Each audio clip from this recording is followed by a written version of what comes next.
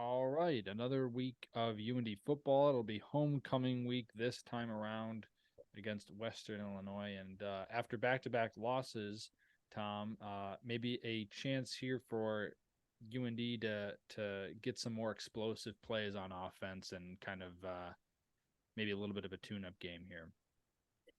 Yeah, I think that's the way you have to hope it goes if you're UND.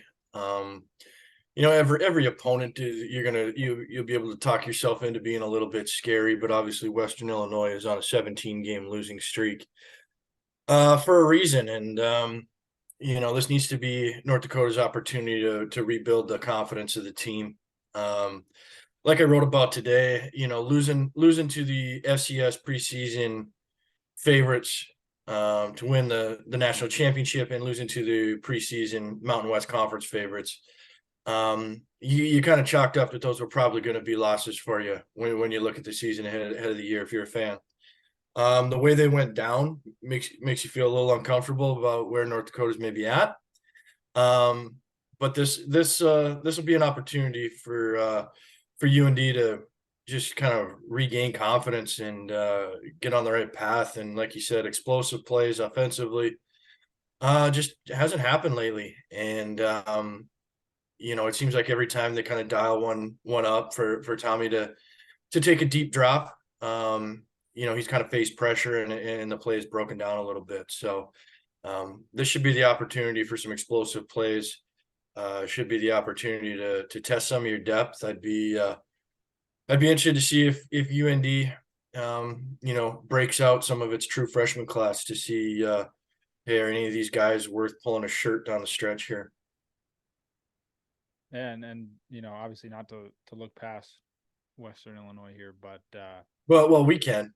yeah, right, right. But what did you maybe take away from kind of what turned into a snowball of a loss there against South Dakota State, where what are some things maybe that you took away as positives for UND that maybe they can work with going forward? Yeah, boy, you left the Boise State game, and at least you said, they bottled up Ashton Genty, the really explosive back from Boise State. Boise State ran for 3 yards and change per carry, pretty good. And then South Dakota State runs for 7 yards a carry. And really, those first two drives, you didn't even really make them face a third down. And when you did have them face a third down, on 3rd and 18, you gave up 19. So in terms of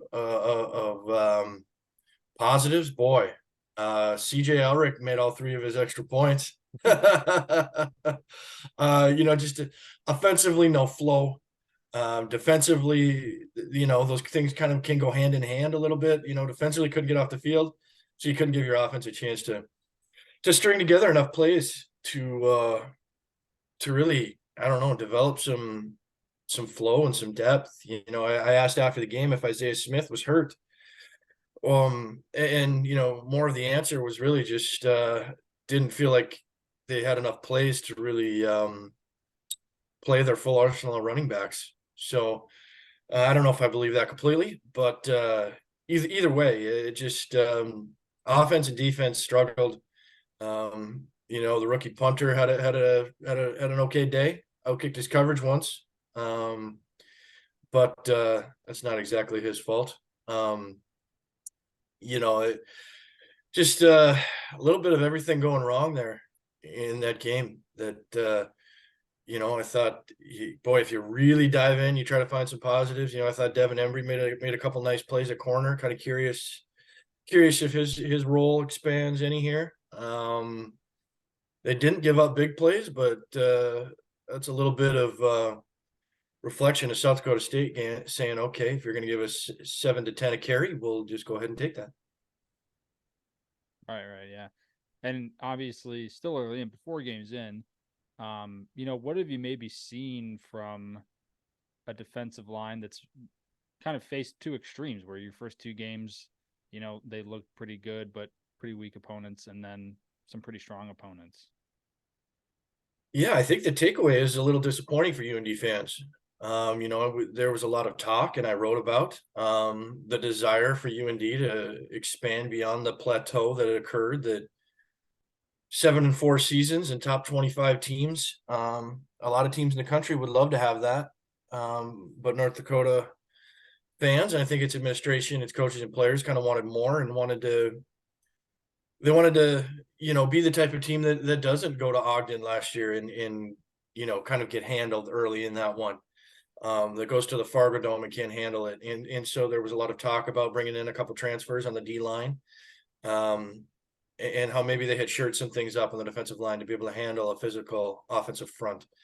And if we learn anything in Brookings, it's probably that, a couple transfers don't make Band-Aid fixes. And that if North Dakota is going to advance into the upper echelon, it's got to be across the board recruiting and development. And they're just not there yet, is what I took away, which might not be what a lot of people want to hear, but I think obviously a gap still exists.